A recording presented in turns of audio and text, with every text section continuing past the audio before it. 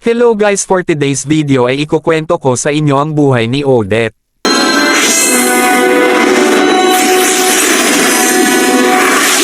Love outshines the golden crown. Si Odette ay nagmula sa isang maharlikang pamilya sa Swan Castle, isang kaharian na kilala sa kagandahan, kapayapaan, at kasaganahan. Ang Swan Castle ay matatagpuan malapit sa Lawa ng Liwanag, isang mahiwagang lugar na puno ng kakaibang kagandahan at mahiwagang kapangyarihan. Si Odette ay lumaki na napapaligiran ng kagandahan ng kalikasan at pagmamahal ng kanyang pamilya. Noong bata pa si Odette, narinig niya ang isang sinaunang propesya na nagsasabi na ang isang prinsesa mula sa Swan Castle ay magdadala ng kapayapaan at liwanag sa buong mundo. Ang propesyang ito ay laging nasa isipan ni Odette, at sa kanyang paglaki, nagpasya siyang sundin ang kanyang kapalaran at maging isang tunay na mandirigma ng liwanag. Sa ilalim ng gabay ng mga bihasang guro at ng kanyang pamilya, si Odette ay nagsanay upang maging isang makapangyarihang mage.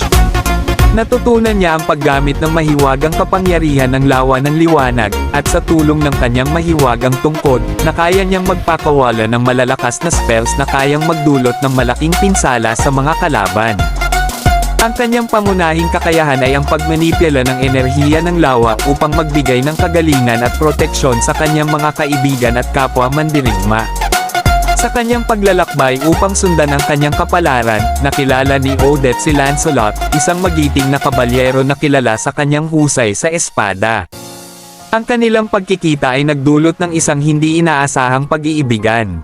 Sa kabila ng kanilang magkaibang pinagmulan at layunin, natutunan nilang magtiwala at mahalin ang isa't isa. Si Lancelot ay naging isang mahalagang kasama ni Odette sa kanyang pakikipaglaban sa mga puwersa ng kadiliman.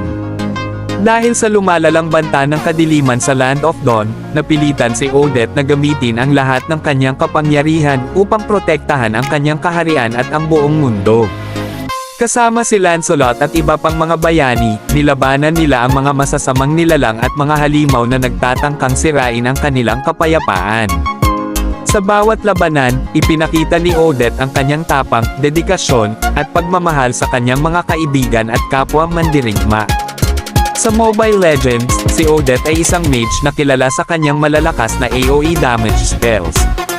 Ang kanyang ultimate skill, Swan Song, ay nagpapakawala ng malalakas na enerhiya sa paligid niya, na nagdudulot ng malaking damage sa mga kalaban na nasa loob ng kanyang radius.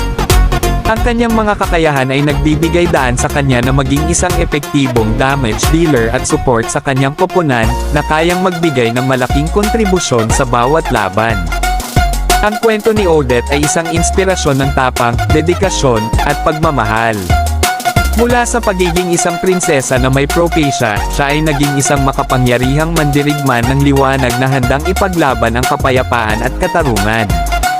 Ang kanyang pagmamahal kay Lancelot at ang kanilang pagkakaibigan sa iba pang mga bayani ay nagbibigay inspirasyon sa mga manlalaro na magtulungan at magtiwala sa isa't isa upang harapin ang anumang hamon. Sa bawat laban, ipinapakita ni Odette ang kahalagahan ng tapang, pagmamahal, at pagkakaisa sa harap ng mga pagsubok.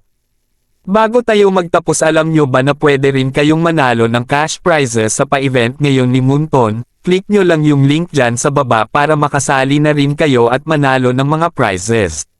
Sana ay nagustuhan nyo ang ating kwento for today's video, at kung gusto nyo pa ng mga ganitong content ay pwede mong i-click ang follow button at like and share mo na din itong video natin. Maraming salamat mga idolo.